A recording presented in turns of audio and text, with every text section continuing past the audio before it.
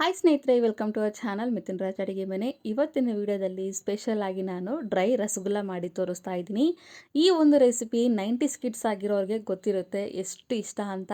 ನಾನು ಚಿಕ್ಕ ವಯಸ್ಸಲ್ಲಿ ಸ್ಕೂಲಿಗೆ ಹೋಗ್ಬೇಕಾದ್ರೆ ಸ್ಕೂಲಿನ ಮುಂದೆ ಒಂದು ಶೆಡ್ ತರ ಹಾಕೊಂಡು ಆ ಶೆಡ್ಡಿನಲ್ಲಿ ಗಾಜಿನ ಬಾಟಲ್ ಅಲ್ಲಿ ಈ ತರ ಡ್ರೈ ರಸಗುಲ್ಲ ಕೊಡ್ತಾ ಇದ್ರು. ನಿಜವಾಗ್ಲೂ ಇಷ್ಟದಿಂದ ತಿಂತಾ ಇದ್ವಿ. ಇವಾಗ ಆ ರಸಗುಲ್ಲ, ಆ ಮೆಮೊರೀಸ್ ಈಗಿನ ಜನರೇಷನ್ ಹುಡುಗರಿಗೆ ಗೊತ್ತಿರೋದಿಲ್ಲ. 19 ಸ್ವೀಟ್ ಡ್ರೈ ರಸಗುಲ್ಲ ಮನೆಯಲ್ಲೇ ಈಸಿಯಾಗಿ ಯಾವ ಥರ ಮಾಡಬೇಕು ಅಂತ ನಾನು ಈ ವಿಡಿಯೋದಲ್ಲಿ ತಿಳಿಸ್ಕೊಟ್ಟಿದ್ದೀನಿ. ಕೊನೆವರೆಗೂ ನೋಡಿ, ಎಲ್ಲೂ ಸ್ಕಿಪ್ ಮಾಡಬೇಡಿ. ಮೊದಲನೇದಾಗಿ ಯಾವುದಾದ್ರೂ ಒಂದು ಮಿಕ್ಸಿಂಗ್ ಬೌಲಲ್ಲಿ 1 ಕಪ್ಪಿನ ಅಳತೆಯಲ್ಲಿ ಮೈದಾ ಹಿಟ್ಟನ್ನು ತೊಗೊಂಡಿದ್ದೀನಿ. ನಂತರ 1 ಟೀ ಸ್ಪೂನಷ್ಟು ಕಾರ್ನ್ಫ್ಲೋರ್ ಹಾಕ್ತಾ ಇದ್ದೀನಿ. 1/4 ಸ್ಪೂನಷ್ಟು ಬೇಕಿಂಗ್ ಪೌಡರ್ನ ಹಾಕ್ಕೊಳ್ಳಿ. 1 ಚಿಟಿಕೆಯಷ್ಟು ಉಪ್ಪು, ಚಿಟಿಕೆಯಷ್ಟು ರೆಡ್ ಫುಡ್ ಕಲರ್ ಹಾಕ್ತಾ ಇದ್ದೀನಿ. ನೀವು ಮನೆಗಾಗಿ ಮಾಡ್ತಾ ಇದ್ದರೆ ಫುಡ್ ಕಲರ್ನ ಅವಾಯ್ಡ್ ಮಾಡಿ. ನಾನು ಪಕ್ಕಾ 90ಸಲ್ಲಿ ಯಾವ ಥರ ಸ್ವೀಟ್ ಇರುತ್ತೋ ಅದೇ ಥರನೇ ಮಾಡಬೇಕಂತ ಕಲರ್ ಹಾಕಿದ್ದೀನಿ. ಎಲ್ಲನೂ ನೀಟಾಗಿ ಕಲಿಸ್ಕೊಂಡಿದ್ಮೇಲೆ ಇವಾಗ ಇದಕ್ಕೆ ಅರ್ಧ ಹೋಳು ನಿಂಬೆಹಣ್ಣಿನ ರಸ ಹಿಂಡ್ತಾ ಇದ್ದೀನಿ.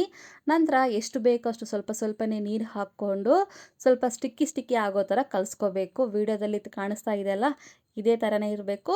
ಸ್ವಲ್ಪ ಮೆತ್ತಗೆ ಕಲಿಸ್ಕೋಬೇಕು, ಗಟ್ಟಿಯಾಗಿ ಕಲಿಸ್ಕೋಬಾರ್ದು. ನೋಡಿದ್ರೆ ಇಷ್ಟು ಸ್ಟಿಕ್ಕಿ ಆಗಿರಬೇಕು. ಸ್ವಲ್ಪ ನೀರಾಗಿ ಕಲಿಸ್ಕೊಳ್ಳಿ, ನೋ ಪ್ರಾಬ್ಲಮ್. ಈ ರೀತಿ ಕಲಿಸ್ಕೊಂಡಿದ್ಮೇಲೆ ಇದಕ್ಕೆ ನಾನು 1 ಟೇಬಲ್ ಸ್ಪೂನಷ್ಟು ಎಣ್ಣೆ ಹಾಕ್ತಿದ್ದೀನಿ. ಎಣ್ಣೆ ಹಾಕಿದ ಮೇಲೆ ಇನ್ನೊಂದು ಸರಿ ನೀಟಾಗಿ ಕಲಿಸ್ಕೋಬೇಕು. ವಿಡಿಯೋದಲ್ಲಿ ನಾನು ಯಾವ ಥರ ಪ್ರೆಷರ್ ಕೊಟ್ಟು ಮಾಡ್ತಿದ್ದೀನೋ ಈ ಥರ ಮಾಡೋದ್ರಿಂದ ರಸಗುಲ್ಲ ಉಬ್ಬುತ್ತೆ. ಅದಕ್ಕೋಸ್ಕರ ಹಿಟ್ಟನ್ನು ಚೆನ್ನಾಗಿ ನಾದ್ಕೋಬೇಕು. 1 ಅಥವಾ 2 ನಿಮಿಷ ಟೈಮ್ ತಗೊಂಡು ಹಿಟ್ಟನ್ನು ಚೆನ್ನಾಗಿ ನಾದ್ಕೊಂಡಿದ್ಮೇಲೆ ಈ ಹಿಟ್ಟನ್ನು ಒಂದು 5ರಿಂದ 10 ನಿಮಿಷ ನೆನೆಯಕ್ಕೆ ಬಿಡೋಣ.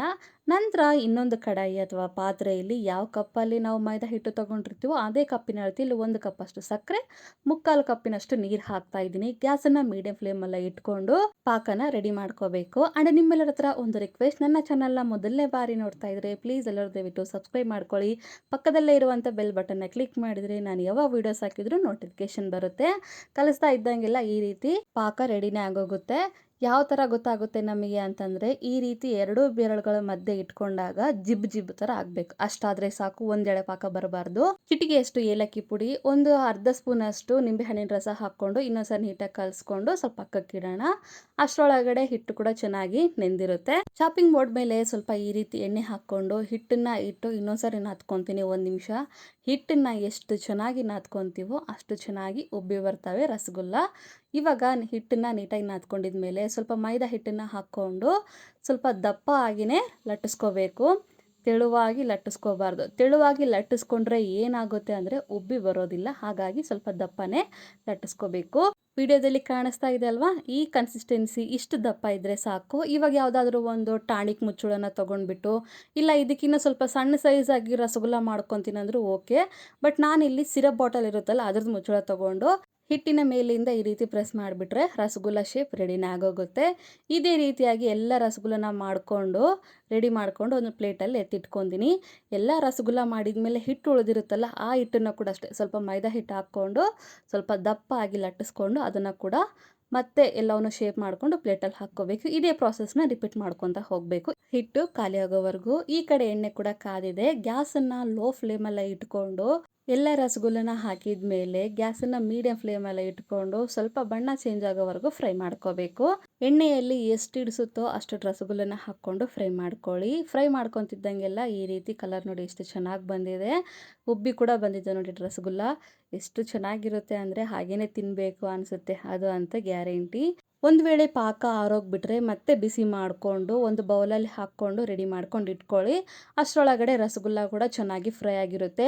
ಈ ರೀತಿ ಸ್ಟ್ರೈನರಿಂದ ಎಲ್ಲ ರಸಗುಲ್ಲನ ನೀಟಾಗಿ ತೆಗೆದ್ಬಿಟ್ಟು ಇವಾಗ ಪಾಕದಲ್ಲಿ ಹಾಕ್ಕೋಬೇಕು. ನೆನಪಿರ್ಲಿ, ಬಿಸಿ ಇರುವಾಗಲೇ ರಸಗುಲ್ಲನ ಪಾಕದಲ್ಲಿ ಹಾಕ್ಕೋಬೇಕು. ಪಾಕ ಕೂಡ ಬಿಸಿ ಇರಬೇಕು. ಒಂದು ವೇಳೆ ನೀವು ಮಾಡಿರುವಂಥ ಸಕ್ಕರೆ ಪಾಕ ತಣ್ಣಗಾಗ್ಬಿಟ್ರೆ ಗ್ಯಾಸಿನ ಮೇಲೆ ಇಟ್ಟು ಸ್ವಲ್ಪ ಬೆಚ್ಚಗೆ ಮಾಡಿಕೊಂಡು ನಂತರ ಫ್ರೈ ಮಾಡಿರುವಂಥ ರಸಗುಲ್ಲನ ಹಾಕಿ ಈ ರೀತಿ ನೀಟಾಗಿ ಕಲಿಸ್ಕೊಂಡು ಸ್ವಲ್ಪ ಹೊತ್ತು ನೆನೆಯೋಕ್ಕೆ ಬಿಡೋಣ.